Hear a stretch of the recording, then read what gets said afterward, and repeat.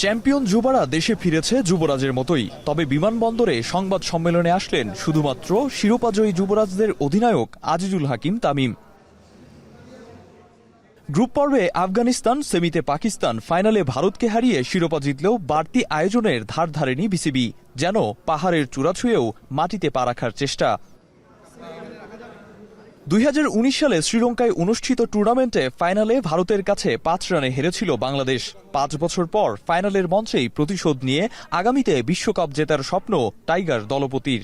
ভারতের বিপক্ষে ছিল, আমরা খুবই ভালো খেলছি। এখানে আমরা খুবই সবাই অনেক যারা সবাই মানে টিমমেটস সবাই অনেক ভালো খেলছে এবং আমরা আশা করি সবাই ভালো করার জন্য আর কি চ্যাম্পিয়নরা হয়েছে। অবশ্যই একটা এশিয়া কাপ জিতছে, একটা কনফিডেন্ট ওভারঅল।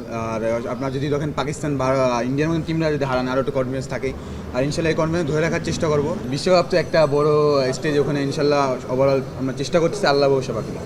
যুব এশিয়া কাপে 9 বার ফাইনাল খেলে এবারই প্রথম শিরোপা জিততে পারল না ভারত। প্রথমবারের মতো ভারতকে হতাশ করার কৃতিত্বটা টাইগারদের, তবে অর্জনটা পুরো দেশের। তাই বিজয়ীরা শিরোপা উৎসর্গ করেছেন দেশবাসীকে।